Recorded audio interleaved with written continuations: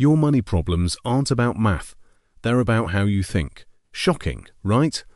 Today we're breaking down the psychology of money in 10 minutes.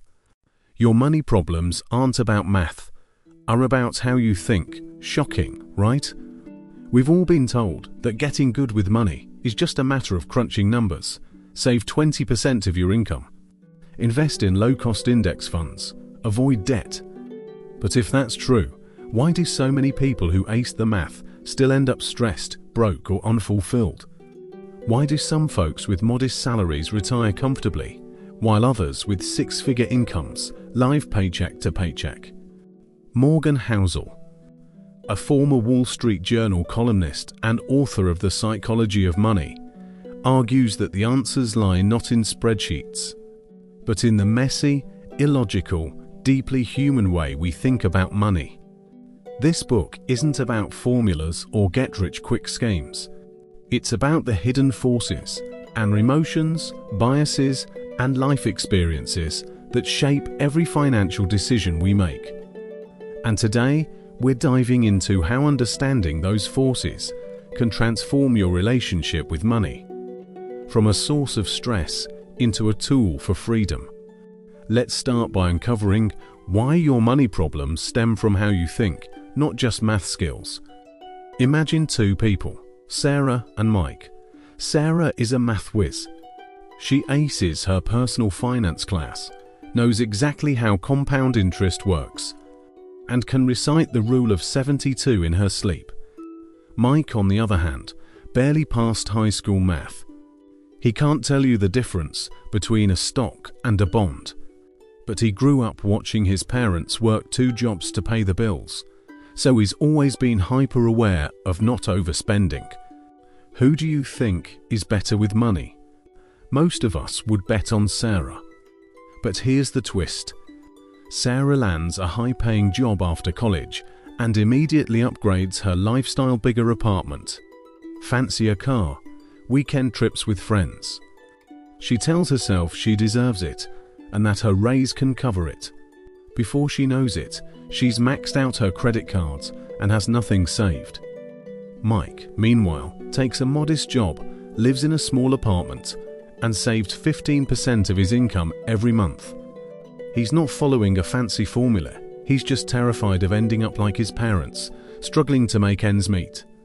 10 years later, Mike has a 6-figure nest egg, while Sarah is still drowning in debt. What happened here?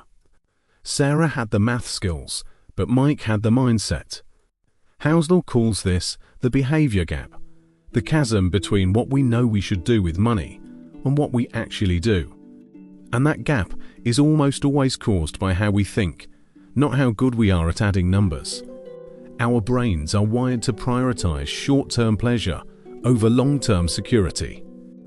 We see a new phone or a luxury vacation and think, I want that now, even if we know it will derail our savings goals. We're influenced by our peers.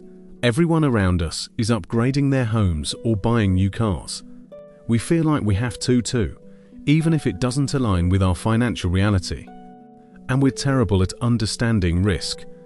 We either panic and sell stocks when the market dips, locking in losses, or get overconfident and chase hot tips that crash and burn. None of these are math problems. They're psychology problems. So, even if you master all the math rules, you might still feel stressed or unfulfilled with your finances. Let's say you do nail the math.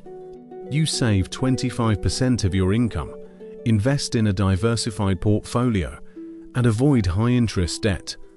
You're on track to retire at 55, and by all objective measures, you're winning with money. But what if you hate your job? What if you're working 60-hour weeks to hit those savings goals, missing your kids' soccer games or your best friend's birthday?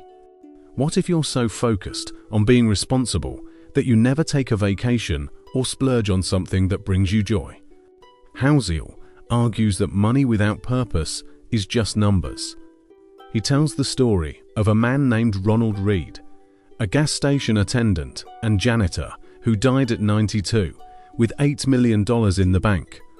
Reed wasn't a genius investor.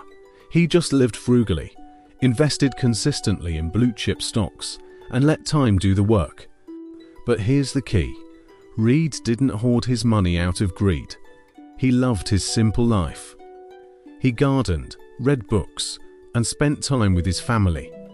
His wealth gave him security, but it didn't change who he was. Compare that to someone like Richard Fuld, the CEO of Lehman Brothers.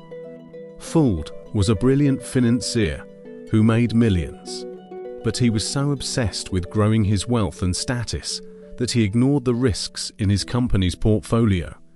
When Lehman collapsed in 2008, he lost everything, including his reputation. The difference? Reed aligned his money with his values. Fuld let his money define his values. Housel says that the most important financial skill isn't earning more or investing better. It's knowing yourself, understanding what you care about, what makes you happy, and what you're willing to sacrifice for. Because if your financial goals don't align with your values, you'll either burn out trying to reach them or feel empty when you do. So how do we align our money choices with our values, not societal expectations? Housel's answer is simple. Stop chasing someone else's definition of success. Society tells us we need a big house, a luxury car, and a six-figure salary to be successful. But those are just arbitrary markers.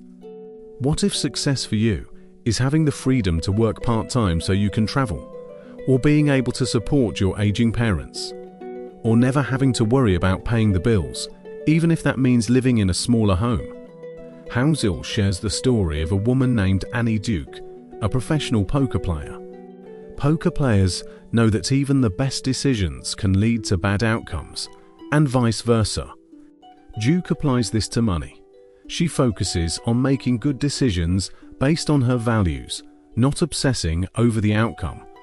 For example, if she decides to invest in a risky stock because it aligns with her long-term goals, she doesn't beat herself up if it loses value. She knows she made the right choice based on the information she had. This mindset shift from outcome-focused to decision-focused can free you from financial stress. Instead of comparing your bank accounts to your neighbors, you compare your choices to your own values. Housel also talks about the power of enough. So many of us fall into the trap of thinking, if I just make $100,000, I'll be happy, then $200,000, then $500,000. But enough is different for everyone. For some, it's having $10,000 in the bank to cover emergencies. For others, it's being able to retire at 40. The key is to define enough for yourself, not let society define it for you. Once you do, you'll stop chasing more and start appreciating what you have.